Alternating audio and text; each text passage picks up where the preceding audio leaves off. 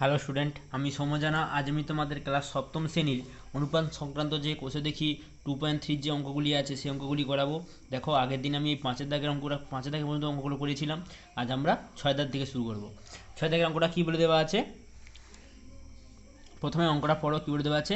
একটি ব্যক্তির মাসিক আয় 24,750 টাকা। মাসিক আয় মানে একটি ব্যক্তি মাসে এত টাকা আয় করে, ঠিক আছে। তারপর কি বলছে, তিনি 750 টাকা বাড়ি ভাড়া দেন। কত টাকা বাড়ি ভাড়া দিয়ে দেয়? 750 টাকা। এবং বাকি টাকা 3:1 অনুপাতে সংসারের খরচ ও ছেলেমেয়েদের শিক্ষার জন্য খরচ করেন। তিনি কত টাকা সংসারে খরচ করেন? কি জানতে চাইছে, কি কি দেওয়া আছে? বলেছে দেওয়া আছে যে একটা ব্যক্তি মাসিক আয় করে 24,750 টাকা, তার থেকে বাড়ি ভাড়া দিয়ে দেয় কত টাকা? 750 টাকা। বাকি টাকা মানে এই 24,750 টাকা থেকে যদি বাড়ি ভাড়া 750 টাকা দিয়ে দেয়, তাহলে এটা থেকে একটা বিয়োগ করে দিলে বাকি টাকাটা পেয়ে যাব। সেই টাকাটাকেই বলছে 3:1 অনুপাতে সংসারের খরচ ও ছেলেমেয়েদের শিক্ষার জন্য ব্যবহারের জন্য খরচ করেন। মানে কি, অনুপাত যেহেতু দেওয়া আছে, আমি আনুপাতিক ভাগাড় বের করতে পারবো, আর এখান থেকে তো টাকাটা পেয়ে যাব। তাহলে সেই টাকা গণিতক সংসারের খরচের যে আনুপাতিক ভাগাড়টা হবে সেটা দিয়ে গুণ করে দেই, কাটাকাটি করে একটা উত্তর পাবো, সেটাই হচ্ছে সংসারের খরচটা বেরিয়ে যাবে। যদি অঙ্কটা পড়ি, প্রথমে দেখো 6 দাগের অঙ্কটায় কি লিখব? ব্যক্তির মাসিক আয়, ব্যক্তিটির মাসিক আয় কত বলে দেওয়া আছে? দেখো, 24,750 টাকা, এইটা বলে দেওয়া আছে, ঠিক আছে। আর কি বলে দেওয়া আছে, তিনি কত টাকা বাড়ি ভাড়া দিয়ে দেয়? বলছে 750 টাকা। মানে কি, এই টাকাটার মধ্যে থেকে 750 টাকা বাড়ি ভাড়া দিয়ে দেয়, ঠিক আছে। তাহলে তিনি বাড়ি ভাড়া দেন, কত টাকা বাড়ি ভাড়া দেন? 750 টাকা। তাহলে বাকি টাকা মানে কি, বাকি টাকা পড়ে থাকবে, বাকি টাকা পড়ে থাকবে মানেটা কি? তা মাসে আয় কত? 24,750 টাকা, তার মধ্যে থেকে বাড়ি ভাড়া দিয়ে দেয় 750 টাকা। বাকি টাকা তাহলে কত পড়ে থাকবে? এই 24,750 থেকে যদি এই 750কে বিয়োগ করে দেই, তবে বাকি টাকাটা পেয়ে যাব। যদি এটা বিয়োগ করো, 24,750 থেকে 750কে বিয়োগ করলে, 0 থেকে 0 বিয়োগ করলে 0, 5 থেকে 5 বিয়োগ করলে 0, 7 থেকে 7 বিয়োগ করলে 0, 4, 2, তাহলে কত হচ্ছে? 24,000 টাকা। এবার কি বলছে, এই টাকাটা তিনি সংসারে কি বলে দেওয়া আছে? 3:1 অনুপাতে সংসারের খরচ ও ছেলে মেয়েদের শিক্ষার জন্য খরচ করেন। তাহলে লিখবো এবার, সংসার খরচ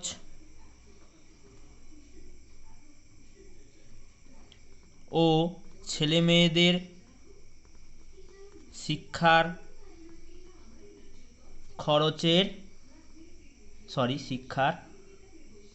খরচের অনুপাত কত বলে দেওয়া আছে? বইয়ের দিকে যদি দেখো তোমরা, বলে দেওয়া আছে না যে 3:1 অনুপাতে হচ্ছে 3:1, এই অনুপাতে এই যে বলে দেওয়া আছে 3:1 অনুপাতে সংসারের খরচ ও ছেলেমেয়েদের শিক্ষার জন্য ব্যবহার করেন। তাহলে ছেলেমেয়েদের শিক্ষার জন্য কত ব্যবহার করেন? 3:1। অনুপাতটা পেয়ে গেলাম। অনুপাতটা যদি পেয়ে যায়, তাহলে কি সংসার খরচের আনুপাতিক ভাগাড়টা বের করতে পারবো। আমাকে তো শুধু কি জানতে চাইছে, দেখো, তিনি কত টাকা সংসার খরচ করেন দেখি, শুধু তাহলে সংসার খরচের আনুপাতিক ভাগাড়টা বের করবো, ঠিক আছে। তাহলে লিখব, অতএব সংসার খরচের আনুপাতিক ভাগাড়। তাহলে সংসার খরচের আনুপাতিক ভাগাড় কত হবে? সংসার খরচ কি আগে আছে, মানে কি সংসার খরচ, তাহলে এখানে 3 আছে, তাহলে 3টাকে উপরে লিখতে হয়, নিচে কি করতে হয়? 3-এর সঙ্গে 1 যোগ করতে হবে। আমরা আগের দিন আমি বলেছিলাম না কীভাবে আনুপাতিক ভাগাড়টা বের করতে হয়। তাহলে সমান, উপরে হয়ে যাবে 3, নিচে কত হবে? 4। তাহলে সংসার খরচে আনুপাতিক ভাগাড় কত? 3/4। কত টাকার মধ্যে? 24,000 টাকার মধ্যে। তাহলে এবার পেয়ে যাব সংসার খরচের কত টাকা লাগবে। তাহলে লিখব, সংসার খরচে টাকা লাগবে, কত টাকা লাগবে? কত টাকা বাকি পড়েছিল? 24,000 টাকা। মানে ওই 24,000 টাকা সেই বাড়ি ভাড়াটাকে দেওয়ার পরে 24,000 টাকা পড়ে থাকতো, তাহলে সেই 24,000 টাকার মধ্যে সংসার খরচ আর ছেলে মেয়েদের শিক্ষার খরচটা চালাতো। তাহলে 24,000 টাকার মধ্যে সংসার খরচ আনুপাতিক ভাগা কত? 3/4। তাহলে 24,000 গুণিতক 3/4, 4-এ কাটলে 4 6-এ 24, কটা শূন্য আছে? 3টে শূন্য, তাহলে এখানে কাটলে 3টে শূন্য। ঠিক আছে, এবার যদি গুণ করি 6 3-এ 18, কটা শূন্য আছে? 3টে শূন্য, তাহলে 3টে শূন্য বসে গেল। তাহলে সংসার খরচে কত টাকা লাগবে কি জানতে চাইছিল, তিনি কত টাকা সংসার খরচ করেন দেখি। এই যে বলে দেওয়া আছে তিনি কত টাকা সংসার খরচ করেন দেখি, তাহলে অতএব লিখে দেবো তিনি 18,000 টাকা সংসার খরচ করেন। অতএব তিনি 18,000 টাকা সংসারে খরচ করেন। এইটা হয়ে গেল অঙ্কটা। ঠিক আছে, পরের অঙ্কটা কি বলছে? পরের অঙ্কটা পড়ো, বলে দেওয়া আছে 7 দাগের অঙ্ক। বিবেকানন্দ যুব পাঠাগারে কোনো এক বছর, ঠিক আছে, বিবেকানন্দ যুব পাঠাগারে কোনো এক বছর 74,350 টাকা সরকারি অনুদান পেল। আর কি বলে দেওয়া আছে? 4,350 টাকা চাঁদা আদায় করলো এবং পুরনো কাগজপত্র তথ্য ইত্যাদি বিক্রি করে 1300 টাকা পায়। যদি সব টাকাই নতুন বই কিনতে, সব টাকা মানে কি? এই যে সরকারি অনুদান পেয়েছিল যে টাকাটা যুক্ত, এখানে চাঁদা যে পেয়েছিল যে টাকাটা যুক্ত কাগজের টাকাটা, তাহলে মিলে হচ্ছে সব টাকাটা হবে। কথার মানেটা হচ্ছে এইটাই। হ্যাঁ, তোমাদের অঙ্ক মানে ভাষা বুঝতে হবে। সব টাকার মানে কি? এই প্রত্যেকটা টাকার যোগফল করলেই হচ্ছে সব টাকাটা হবে। তাহলে কি বলছে? ওই সব টাকাটাই, যদি সব টাকাটাই নতুন বই কিনতে, পুরনো বই বাঁধাতে এবং পাঠাগারে কর্মচারীদের বেতন দিতে 15:3:2 অনুপাতে খরচ করা হয়, তবে হিসাব করে দেখি নতুন বই কিনা হয়েছিল কত টাকা। ঠিক আছে, বলে দেওয়া আছে কত টাকা নতুন বই কিনা হয়েছিল। তাহলে আমাকে কি জানতে চাইছে? শুধু নতুন বইটা জানতে চাইছে। ঠিক আছে, তাহলে আমাকে অনুপাতটা দেওয়া আছে, যেহেতু অনুপাতটা দেওয়া আছে আমি তাহলে ওখান থেকে নতুন বইয়ের আনুপাতিক ভাগারটা বের করতে পারবো। মোট সব টাকার মানে কি বললাম? এই সবগুলো টাকার যোগফল। তাহলে ওই টাকাটার যোগফলের সঙ্গে যদি নতুন বইয়ের আনুপাতিক ভাগারটা গুণ করে দিই, তবে আমরা পেয়ে যাব উত্তরটা। তাহলে প্রথমে কি লিখছি দেখো,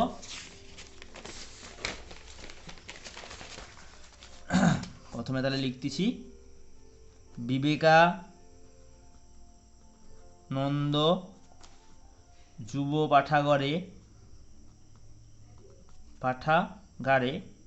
কোনো এক বছরে মোট টাকাটা তাহলে কত হবে?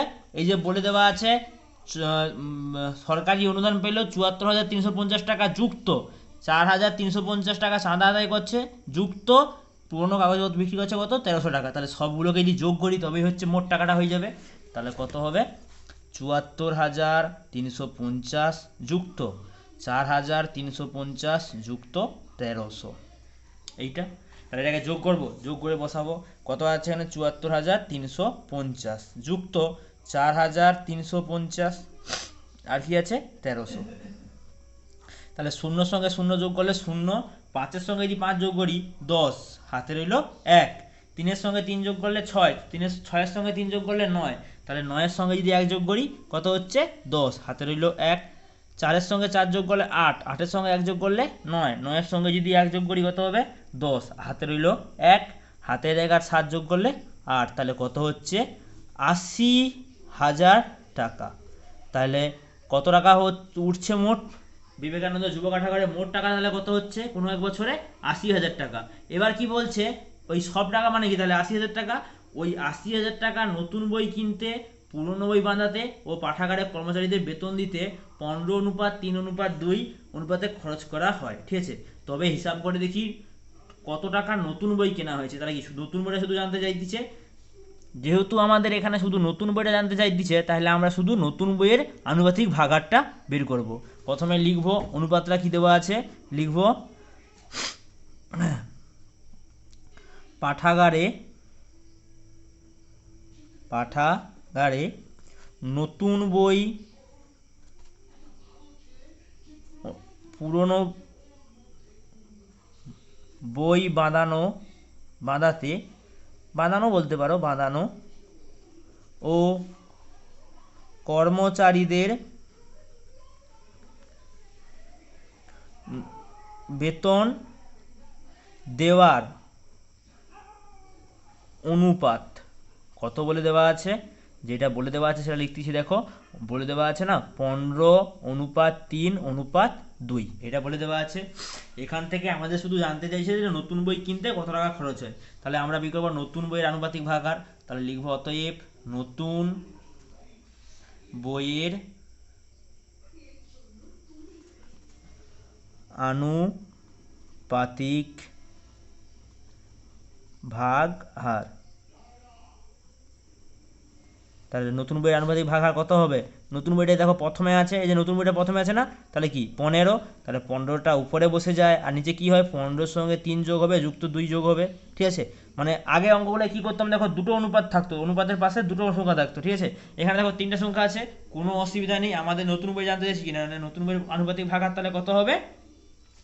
নতুন বই দেখো প্রথমে আছে, তাহলে এখানেও প্রথমে দেখবো প্রথমে কত আছে 15, বসিয়ে দেবো। নিচে কত হবে 15 যুক্ত 3 যুক্ত 2, 15 যুক্ত 3 যুক্ত 2।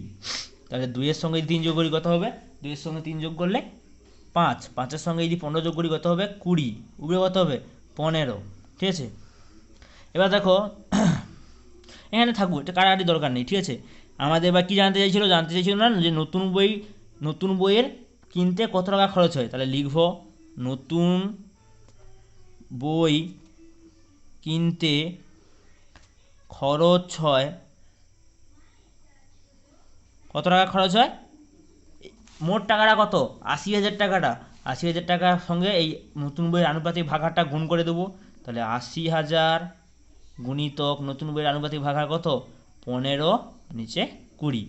এই শূন্যের সঙ্গে কাটলো 2 যদি কাটি, 2 কাটলে 2 4 8, কটা শূন্য আছে 3টে শূন্য, তাহলে 3টে শূন্য বসে যাবে, এইভাবে কাটলাম। ঠিক আছে, এবার দেখো 4000-এর সঙ্গে 15কে গুণ করতে হবে, যদি গুণ করি এখানটায় 5 0 0, 5 0 0, 5 0 0, 5 4 20, 1 0 0, 1 0 0, 1 0 0, 1 4 4। তাহলে কত হচ্ছে 0 0 0 0 এখানে 6। তাহলে মোট কত টাকা তাহলে বই কিনতে খরচ হচ্ছে, দেখো 60,000 টাকা আসতেছে। তাহলে 60,000 টাকা বই কিনতে খরচ হয়েছে। তোমাদের জানতে চাইছিল কি যে তবে হিসাব করে দেখি কত টাকার নতুন বই কেনা হয়েছিল। তাহলে লিখে দেবো অতএব 60,000 টাকার নতুন বই কেনা হয়েছিল। হয়ে গেল অঙ্কটা। ঠিক আছে, এরপরের পরের অঙ্কটা কি বলছে, কোনো একটি ট্রেনিং সেন্টারে কত বলে দেওয়া আছে, পরের দাগের অঙ্ক মানে 18 দাগের অঙ্ক। কোনো এক ট্রেনিং সেন্টারে 1050 জন ব্যক্তি ট্রেনিং নিতে এসেছে। মোট কতজন ব্যক্তি ট্রেনিং নিতে আসছে 1050 জন। তাদের 3টি বড় হল ঘরে এই অনুপাতে বসানো হয়েছে। ঠিক আছে, একটা বড় হল ঘরে 3টি বড় তিনটি হল ঘরে এই যে 1050 জন ব্যক্তি তাদেরকে এই অনুপাতে বসানো হয়েছে। তাহলে প্রতি হল ঘরে কতজন বসবে হিসাব করে লিখি। ঠিক আছে, প্রত্যেকটা হল ঘরে কতজন বসবে হিসাব করে লিখি। তাহলে আমাদের অনুপাত দেওয়া আছে, আমি প্রথম হল ঘরের আনুপাতিক ভাগহার বের করব। তাহলে বের করলে সেখান থেকে প্রথম ঘরে কতজন আছে যে বেরিয়ে যাবে। ঠিক আছে, একই রকমভাবে দ্বিতীয় ঘরের আনুপাতিক ভাগহারটা বের করব, সেখান থেকে দ্বিতীয় ঘরে কতজন আছে বেরিয়ে যাবে। তারপর তৃতীয় হল ঘরে কত আনুপাতিক ভাগহারটা বের করব, সেখান থেকে তৃতীয় হল ঘরের জনসংখ্যা বেরিয়ে যাবে। ঠিক আছে, এবার দেখো অঙ্কটার ক্ষেত্রে এখানে দেখো এই যে এটা কি এরকম আছে, এটা দেখো মানে পূর্ণ সংখ্যায় নেই। ঠিক আছে, এটাকে তাহলে প্রথমে পূর্ণ সংখ্যায় নিয়ে আসবো। তাহলে প্রথমে কি লিখবো, 3টি হল ঘরের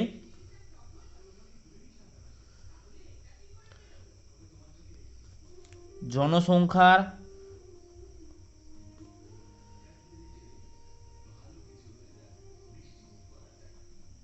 অনুপাত কত বলে দেওয়া আছে, দেখো বলে দেওয়া আছে 11:3:3:1:2।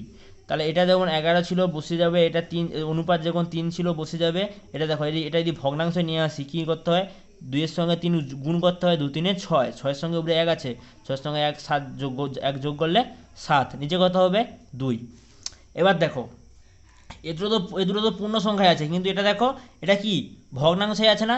এই ভগ্নাংশ থেকে যদি 2টাকে যদি সরিয়ে দিতে চাই তাহলে কি করব, প্রত্যেকটা সংখ্যাকে 2 দিয়ে গুণ করে দেবো। ঠিক আছে, যদি 2 দিয়ে গুণ করি তাহলে কত হবে 2 গুণিতক 11 অনুপাত 3 গুণিতক 2 অনুপাত 7 গুণিতক 7/2 গুণিতক 2। তাহলে দেখো এই 2 এই কেটে গেল, 2 3 পর লাইনে 2-এর সঙ্গে 11কে গুণ করলে 22 অনুপাত 2 3 6 অনুপাত 7। তাহলে দেখো এবার দেখো কি দেওয়া ছিল, এই রকম অনুপাতটা আকারে দেওয়া ছিল। ঠিক আছে, আমি কি করলাম, প্রত্যেক অনুপাতটাকে পূর্ণ সংখ্যায় নিয়ে চলে এলাম এইভাবে। ঠিক আছে, এবার দেখো বলে দেওয়া আছে ওই ট্রেনিং সেন্টারে মোট কতজন ব্যক্তি এসেছে। তাহলে লিখব ট্রেনিং সেন্টারে মোট ট্রেনিং ব্যক্তি সংখ্যা কতজন বলা আছে, দেখো 1050 জন বলা আছে এইটা। ঠিক আছে, তাহলে আমি 3টি হল ঘরে অনুপাত পেয়ে গেলাম, মানে কি 3টি হল ঘরে আনুপাতিক ভাগাভাগি করতে পারবো। তাহলে লিখব অতএব প্রথম হল ঘরের আনুপাতিক ভাগ হার। তাহলে প্রথম হল ঘরে আনুপাতিক ভাগ কত হবে, প্রথম হল ঘর মানে কি, এই প্রথমেরটা কত আছে 22, তাহলে 22টা উপরে বসবে, নিচে কত হবে 22 যুক্ত 6 যুক্ত 7, এই সবগুলো যোগফল হয়। তাহলে 22 যুক্ত 6 যুক্ত 7, তাহলে উপরে কত হবে, উপরে হবে 22, নিচে হবে 22 যুক্ত 6 যুক্ত 7। তাহলে উপরে যদি 22 এখন ছিল 22 পড়ে রইলো, এটা যদি যোগ করি কত হবে, 22-এর সঙ্গে যদি 6 যোগ করো কত হবে 28। ঠিক আছে, তোমরা যোগ করে দেখবে হাতে হাতে। ঠিক আছে, 28, 28-এর সঙ্গে যদি 7 যোগ করো কত হবে 35, এইটা। তাহলে উপরে হচ্ছে 28, নিচে হচ্ছে 35। ঠিক একই রকম ভাবে আমি দ্বিতীয় হল ঘরের আনুপাতিক ভাগাহারটা বের করে নিতে পারবো। আনুপাতিক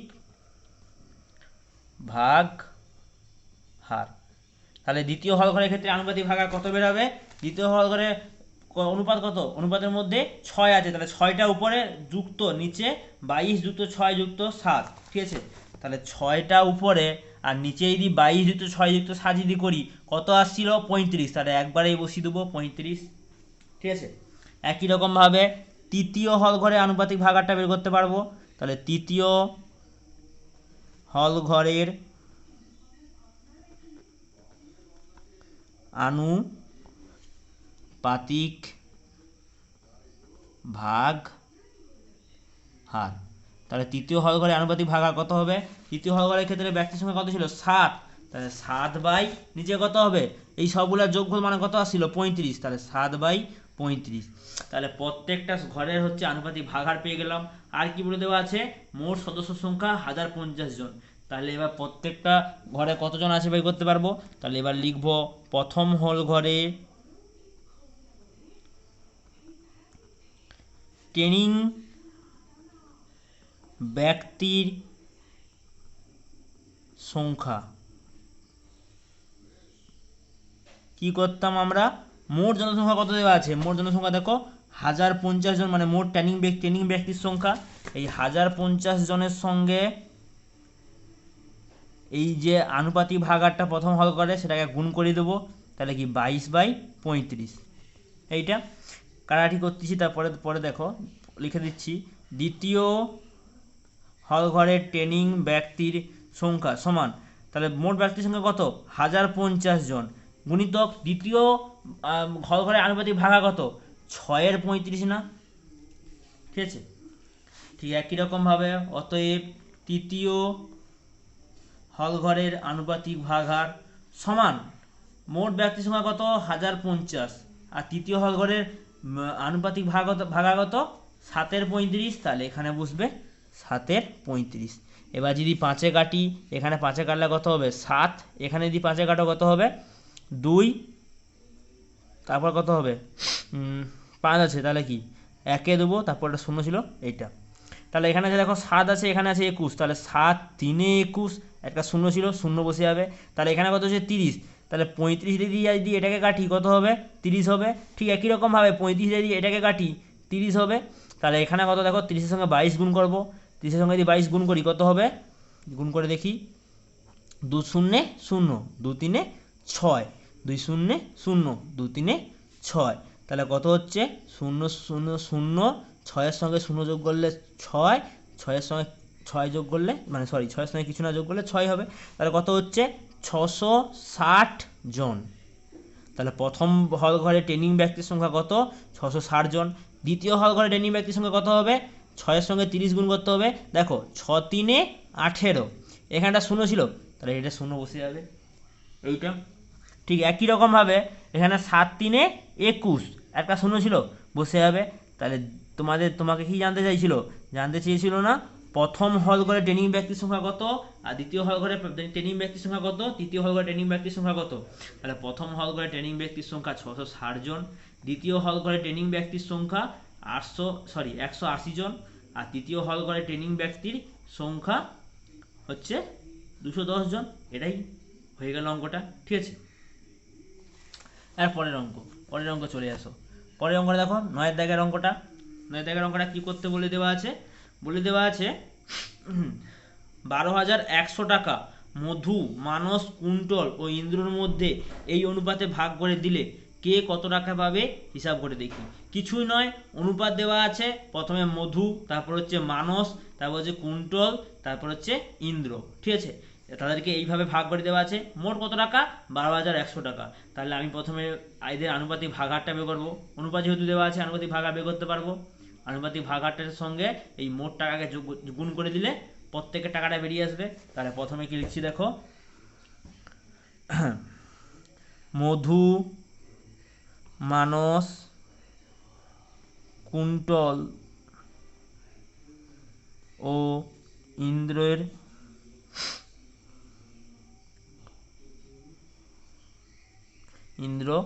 টাকা পাওয়ার অনুপাত কত বলে দেওয়া আছে বইয়ে। অনুপাতটা কিন্তু দেখে দেখে ভালো করে তুলবে, ঠিক আছে।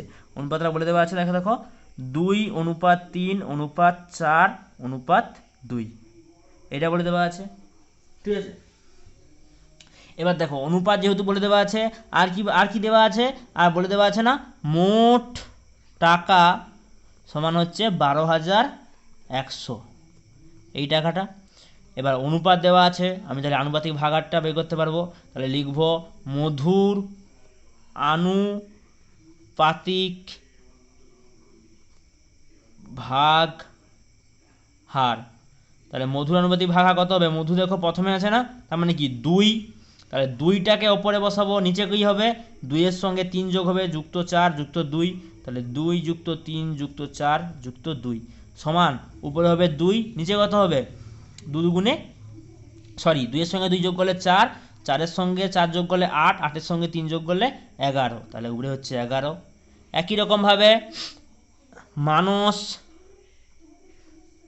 মানসের আনুপাতিক ভাগ হার কত হবে, মানুষ দেখো ক নম্বরে আছে 2 নম্বরে আছে, মানে কি কত 3, তাহলে উপরে হবে 3, নিচে কি এই সবগুলার যোগফল, এই সবগুলার যোগফল করলে কত আসছে 11, তাহলে একবারে বসিয়ে দিচ্ছি 11। একই রকমভাবে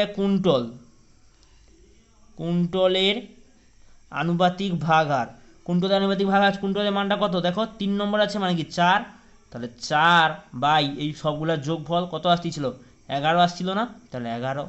একই রকমভাবে ইন্দ্রের আনুপাতিক ভাগ হার সমান কত হবে, ইন্দ্রের আনুপাতিক ভাগ হারের মধ্যে ইন্দ্রের মান কত 2, আর ইন্দ্রের কি বলে দেওয়া আছে, ইন্দ্রের হচ্ছে এই নিচে কি এই সবগুলোর যোগফল হবে, তাহলে এই সবগুলোর যোগফলের মান কত আসছিল 11, তাহলে নিচে হচ্ছে 11 হবে, এইটা হবে, ঠিক আছে। তাহলে প্রত্যেকের আনুপাতিক ভাগহার পেয়ে গেলাম। এবার দেখো তাহলে কে কত টাকা পেয়েছিল লিখে নিতে পারবো, কারণ এই মোট টাকাটা কত ছিল এইটার সঙ্গে আনুপাতিক ভাগহারটা গুণ করে দিলে মধুরটা পেয়ে যাব, এইটার সঙ্গে এইটা গুণ করে দিলে মানুষেরটা পেয়ে যাব, একই রকমভাবে ওগুলোই হবে, ঠিক আছে। তাহলে দেখো লিখব অতএব মধু টাকা পাবে মোট টাকাটা কত, মোট টাকাটা বইয়ের দিকে তাকাতে পারো, ঠিক আছে, 12,100 টাকা। আর মধু আনুপাতিক ভাগার কত এসেছিল, মধুর আনুপাতিক ভাগার দেখো 2/11 এসছে, ঠিক আছে, এই যে লেখা আছে মধুর আনুপাতিক ভাগার 2/11, তাহলে গুণিতক 2/11, ঠিক আছে। আবার দেখো মানুষ টাকা পাবে, মানুষ টাকা পাবে, মোট টাকা কত 12,100 টাকা, ঠিক আছে। আর মানুষের আনুপাতিক ভাগাটা আমি আর খাতা নোটাচ্ছি না, তোমরা দেখবে 3/11 আছে, ঠিক আছে।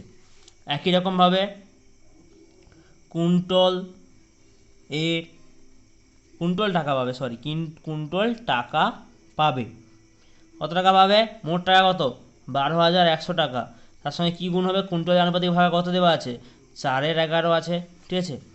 আর হচ্ছে ইন্দ্র টাকা পাবে, ইন্দ্র কত টাকা পাবে, ইন্দ্রের হচ্ছে মোট টাকা কত 12,100 টাকার মধ্যে ইন্দ্রের গুণিতক ইন্দ্রের আনুপাতিক ভাগার কত হবে 2/11, ঠিক আছে। এবার যদি কাটাকাটি করি, এখানে কত আছে 121, এখানে হচ্ছে 11, দেখো 11 তো কোনো নামতা নেই, তার মানে কি 11 নামতা 121 যায় নাকি দেখবো আমি, যদি যায় দেখি, এখানে যদি ভাগ করে দেখি, এখানে যদি ভাগ বসি তোমরা কিন্তু খাতায় যেখানে সেখানে ভাগ করবে না, আমি করে দিচ্ছি, আমি করে কেটে দেবো, ঠিক আছে। 11 একে 11, কত নামবে 2 থেকে 1 বিয়োগ করলে 1, এখানে কত নামবে 1, আবার 11 একে 11, এইটা তাহলে কত উত্তর আসছে 11 উত্তর আসছে, ঠিক আছে। তাহলে এটাকে কাটলে 121 কাটলে কত হবে 11, কটা শূন্য ছিল, দুটো শূন্য বসিয়ে দেবো। এখানে যদি কাটি কত হবে 111 দিয়ে 121 কাটলে 11, কটা শূন্য ছিল, দুটো শূন্য, তাহলে দুটো শূন্য বসাবো। এখানে কাটলে কত হবে 1100 হচ্ছে, তাহলে কি এখানেও কাটলে 100 হবে, 1100 বলতেছি, 1100ই আছে, ঠিক আছে। এখানে কত হবে 1100, ঠিক আছে। এবার যদি গুণ করি, এটা যদি গুণ করে যদি বসাই 1100, 2 শূন্যে 0, 2 শূন্যে 0, 2 একে 2, 2 একে 2, এইভাবে এত টাকা।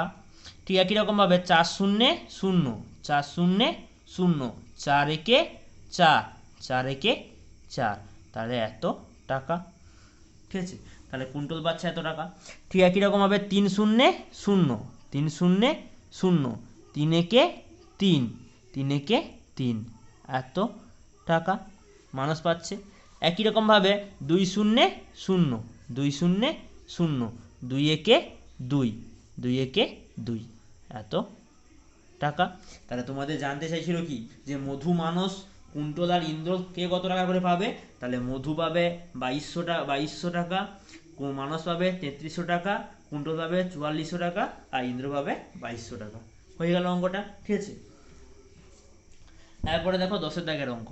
10 দাগের অঙ্কটা কি বলছে, 10 দাগের অঙ্কটা বলছে এবিসি ত্রিভুজের 3টি কোণের সমষ্টি 180 ডিগ্রি। আমরা তো জানি যে প্রত্যেকটা ত্রিভুজের প্রতিটি কোণের সমষ্টি হচ্ছে 180 ডিগ্রি হয়। সেটা এবার কি বলে দেওয়া আছে, এই কোণগুলোর অনুপাত দেওয়া আছে, ঠিক আছে। এবার বলছে এই কোণগুলোর অনুপাত দেওয়া আছে, তারপর কি বলছে, যদি কোণ বিএসি কোণের মান 10 ডিগ্রি কম ও এবিসি কোণের মান 10 ডিগ্রি বেশি হয়, তবে কোণ তিনটির অনুপাত কত হবে, ঠিক আছে। এই যে মোট কত সমষ্টিগত 180 ডিগ্রি, ঠিক আছে। তাহলে 180 ডিগ্রি আর কি দেওয়া আছে, অনুপাত দেওয়া আছে 3টি কোণের, ঠিক আছে। তাহলে ওখান থেকে আমি 3টি কোণের মান বের করতে পারবো, সেই মান থেকে বিএসি কোণের মানটা যেটা বেরাবে তার থেকে 10 কমিয়ে দেবো, কেননা 10 কম বলে দেওয়া আছে। আর কি বলে দেওয়া আছে, এবিসি কোণের মানটা যেটা বেরাবে তার সঙ্গে 10 বেশি, তাহলে কি 10 যোগ করে দেবো, তারপরে যে মানগুলো হবে তাদের হচ্ছে অনুপাত। তাহলে কি করছি, প্রথমে দেখো 10 দাগের অঙ্ক, এইভাবে একটা ত্রিভুজ দেওয়া আছে, বলে দেওয়া আছে এ বি সি, ঠিক আছে। এবার কি বলে দেওয়া আছে, অনুপাত দেওয়া আছে। তাহলে কি অনুপাত দেওয়া আছে, এ বি সি ত্রিভুজের কি কি দেওয়া আছে দেখো, ত্রিভুজের 3টি কোণের সমষ্টি 180 ডিগ্রি, এটা বলে দেওয়া আছে। আর কি বলা আছে, আর বলে দেওয়া আছে, আর কি অনুপাতটা দেওয়া আছে, তাহলে কোণ বিএসি, কোণ এবিসি ও কোণ এসিবি, এর অনুপাতটা বলে দেওয়া আছে। অনুপাত সমান কত বলে দেওয়া আছে? সমান হচ্ছে বলে দেওয়া আছে 3:5:10। ঠিক আছে, তাহলে আমি মোট সমষ্টি পেয়ে গেলাম 180 ডিগ্রি, অনুপাতটা পেয়ে গেলাম, এদের আনুপাতিক ভাগারটা বের করব, সেখান থেকে কোণগুলোর মানটা বেরিয়ে যাবে। ঠিক আছে, তাহলে লিখব কোণ বিএসি এর আনুপাতিক ভাগার। তাহলে আনুপাতিক ভাগার কত হবে? দেখো এই বিএসি কোণটা কত, ক নম্বরে আছে? 3, মানে প্রথমে আছে, তাহলে প্রথমে মানটা কত? 3, 3 বাই নিচে কত হবে? এই প্রত্যেকটার যোগফল 3 + 5 + 10 যোগ করলে কত হবে? 10-এর সঙ্গে যদি 5 যোগ করি 15, 15-এর সঙ্গে 3 যোগ করলে 18, তাহলে উপরে হচ্ছে 3, নিচে হচ্ছে 18।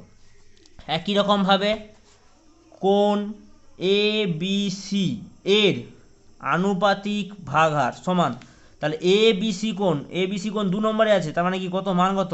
5, তাহলে উপরে হবে 5, নিচে এই সবগুলা যোগফল মানে কত? 18, এইটা। ঠিক একই রকমভাবে কোণ এ সি বি এর আনুপাতিক ভাগার কত হবে?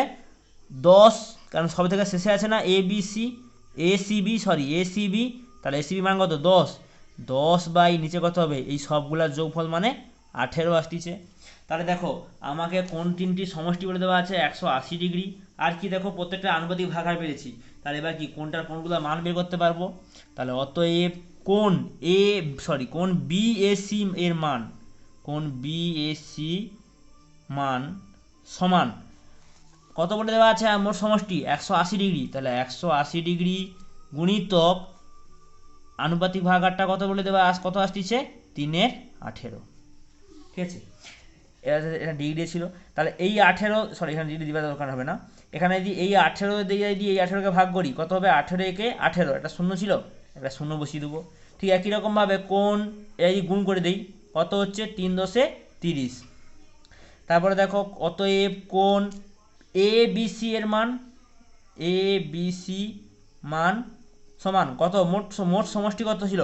180 ডিগ্রি গুণিতক এ বি সি এর আনুপাতিক ভাগার কত আসছে? 5/18। এটা কাটলে কত আসছিল? 10 আসছিল না, 5×10 50 হবে, তাহলে 5×10 ডিগ্রি, যেহেতু কোণের মান সবসময় ডিগ্রিতে হয়। তাহলে অতএব লাস্টেরটা কি আছে দেখো, কোণ এ সি বি সমান এর মান সমান কত হবে? মোট সমষ্টি কত? 180 ডিগ্রি বলে, ঠিক আছে, গুণিতক আনুপাতিক ভাগারটা কত আছে? 10/18। ঠিক আছে, এটা কাটলে কত হবে? 0, 10×10 ডিগ্রি। তাহলে কি পেলাম? কোণ বিএসির মান 30 ডিগ্রি, এবিসির মান 50 ডিগ্রি, এসিবির মান 100 ডিগ্রি। এবার বইয়ে কি বলে দেওয়া আছে দেখো, যদি কোণ বিএসির মান 10 ডিগ্রি কম হয়, তাহলে এবার বিএসি কোণটার মান আগে কত ছিল? 30 ডিগ্রি, এখন কি বলছে? যদি বিএসি কোণটার মান 10 ডিগ্রি কম হয়, তার মানে কি 10 ডিগ্রি কম মানে কি 10 বিয়োগ করতে হবে। তাহলে লিখে দেবো অতএব কোণ এখন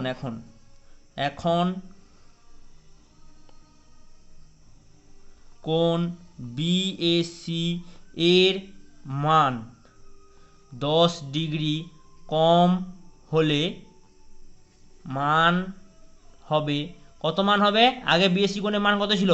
30 ডিগ্রি, সেখান থেকে 10 ডিগ্রি কম বলছে, তাহলে কত হবে? 20 ডিগ্রি হবে।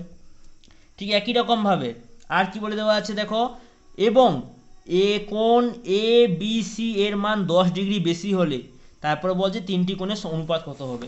তাহলে এবিসি কোণ কোথায় ছিল? এবিসি কোণের মান কত ছিল? 50, বলছে 10 ডিগ্রি যদি বেশি হয়, তাহলে 10 ডিগ্রি বেশি মানে কি এর সঙ্গে 10 যোগ করতে হবে। তাহলে এবার লিখব এখন কোণ এবিসি এর মান 10 ডিগ্রি বেশি হলে মান হবে কত? মান হবে আগে ছিল 50 ডিগ্রি, তার সঙ্গে 10 ডিগ্রি যোগ করে দিলে কত হবে? 60 ডিগ্রি, এইটা। ঠিক আছে, তাহলে এখন মান হচ্ছে 60 ডিগ্রি। আর কি আরেকটা কি কোণ ছিল? আরেকটা কোণ ছিল না এবিসি, এত কিছু বলে দেওয়া নেই, মানে কি এর মানটা যেটা ছিল সেটাই থাকবে। এর মান কত এসেছিল? 100 ডিগ্রি। তাহলে অতএব কোণ এ সি বি এর মান কিছু বলে দেওয়া নেই, মানে কি এর মানটা পরিবর্তিত হয়নি, মানে অপরিবর্তিত আছে, আগে যেটা ছিল সেটাই আছে, ঠিক আছে। এবার লাস্টের উত্তরটা কি জানতে চাইছে, লাস্টের উত্তরটা জানতে চাইছে তবে কোণ তিনটির অনুপাত কত হবে। তাহলে প্রথম কোণটার অনুপাত কত, মান কত আসছে 20 ডিগ্রি, দ্বিতীয় কোণটার মান কত আসছে 60 ডিগ্রি, তৃতীয় কোণটার মান কত আসছে 100 ডিগ্রি। তাহলে এবার দেখো লিখবো কোণ তিনটির অনুপাত হবে, প্রথম কোণটা কত ছিল বিএসি, মান কত 20 ডিগ্রি, ডিগ্রি লেখার দরকার হবে না এখানে, ছাড়ো, অনুপাত, তারপরে কোনটা কত ছিল এ বি সি, মান কত 60 ডিগ্রি, তার মানে কি 60 অনুপাত এ সি বি কোণের মান কত 100। তাহলে এটা দেখো প্রত্যেকটা শূন্য আছে, মানে কি প্রত্যেকটা থেকে শূন্য নিয়ে নিতে পারি, মানে শূন্য বাদ দিতে পারি। তাহলে কত পড়তে হবে 2:6:10। এখানে 2 আছে, এখানে 6 আছে, এখানে 5 আছে, তাহলে কি প্রত্যেকটাকে 2 দিয়ে ভাগ করতে পারি, 2 একে 2 অনুপাত 2 3 6, তারপর অনুপাত 2 5 10। দেখো 1 3 5 প্রত্যেকটা একটা মৌলিক সংখ্যা বলতে পারি, ঠিক আছে। একটা যদিও একটা মৌলিক সংখ্যার মধ্যে পড়ে না, কিন্তু 3 আর 5 একটা মৌলিক সংখ্যা, মানে এদেরকে আর ছোট করা যাবে না। আমরা কি জানতাম, অনুপাত মানে সব থেকে লঘিষ্ঠ, লঘিষ্ঠ মানে ছোট করে ছোট আকারে লিখতে হয়, ঠিক আছে। তাহলে এদেরকে আর ছোট করা যাবে না, তাহলে তিনটি কোণের অনুপাত কত হবে 1:3:5 হয়ে গেল অঙ্কটা। কারণ এটা আমাদের তো এটাই জানতে চাইছিল, ঠিক আছে। তাহলে এটা অঙ্কটা হয়ে গেল। তাহলে আজকের অঙ্ক আমরা এই 10 তারিখ পর্যন্ত করলাম, পরের দিন আমরা 11 তারিখ থেকে শুরু করব।